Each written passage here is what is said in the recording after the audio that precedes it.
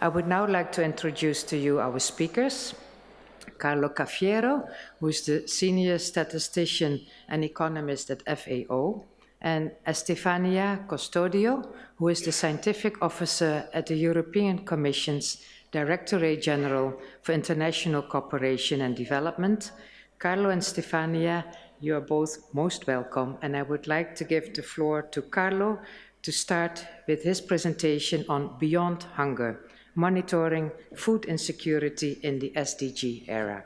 Carlo, the floor is yours. Thank you, Karin, and good morning, everyone. It's a real pleasure to be here, and I want to thank the organizer for giving me this opportunity. I understand that the presentation will be aired here, and we can control it from here. As you see, the title is Beyond Hunger. And let me start immediately by saying that the reason to go beyond hunger is intricately related to the transition from the old MDGs to the new Sustainable Development Goal agenda that is way more ambitious, broad in its content. And so the indicators that we used to have are no longer enough. So I will skip a little bit some of the details to just get to the point and be a little bit provocative. I think I'm here because I'm in part responsible for what Karen already mentioned, the series of hunger number, which have been used for many years to monitor progress towards MDGs. And my being provocative is those numbers are important, are useful, are interesting. They have partly responsible for bringing all of us here now, exactly for the reason that was mentioned.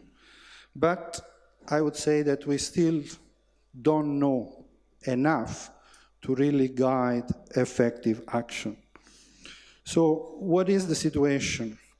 And why to monitor a broader, more ambitious agenda is demanding? Well, there are technical issues related to the data generation capacity at the global level and in each and every country, and I think some of the discussion later will touch on that. But I also want to mention that maybe existing indicators are not perfectly suited for the need. And I will focus in particular on food access, and Estefania later, I understand, will speak of indicator of dietary quality. And I wanted to say why, after so many years of attention towards food security and nutrition, we are in this state of affair. We are essentially floating into data, big data, open data, micro data from survey. The internet gives access to a wealth of data never seen before. But I would say, and here I'm being provocative, in the last 20 years, we have probably seen some of the worst seen from a statistician point of view, which is to have data, so invest resource to collect costly data, and then either don't analyze it at all or analyze it not in the proper way. So my statement, coming from as a professional in the quantitative analysis science, after 20 years working on agriculture and food security, is that most of my colleagues, the food security analysts, which I respect immensely for their passion, their commitment, their ingenuity, the depth of their vision, insight, political awareness, still, many of my colleagues cannot make the difference between a datum and a measure. What is a piece of information and what is the measure that we are interested in? Now, it is true that in the physical science, in the biological science too, there is no difference.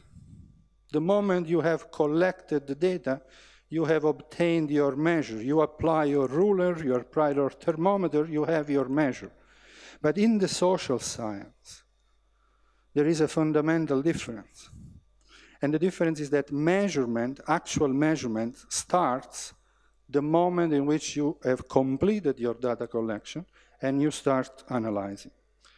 So this is where I believe lies the main innovation that we need in order to develop useful indicators in the social science domains, and food security is a social concept. So it is not much to getting more or better data. What we need is the ability to develop models that link the data to the measure that we want. And these models should be such that they can generate valid measurement, that they can allow to assess how reliable is the measure in every different context and situation in which the measure is needed, and also after that using the measures to do the politically relevant analysis. In the field of food security measurement, and this is what I want to bring my presentation to an end, this type of innovation during the last 25 years now has been found in the concept of experience-based food security measurement. Experience-based food security measurement is a key example of a mixed approach, where the inquiry started from an ethnographic, anthropologic point of view, in which people were interviewed to understand what is food insecurity, what does it mean to live with food insecurity. And from that, thanks to work mostly started at the USDA, at the Economic Research Service, which, by the way, it's been threatened in these very days by the potential budget cuts of the US administration, they did develop a very statistically robust, valid measurement tool. And this tool now, with the work that we have done at FAO, has been brought at the global level. So everything started in the US in 1995, been applied in different forms and in different ways worldwide.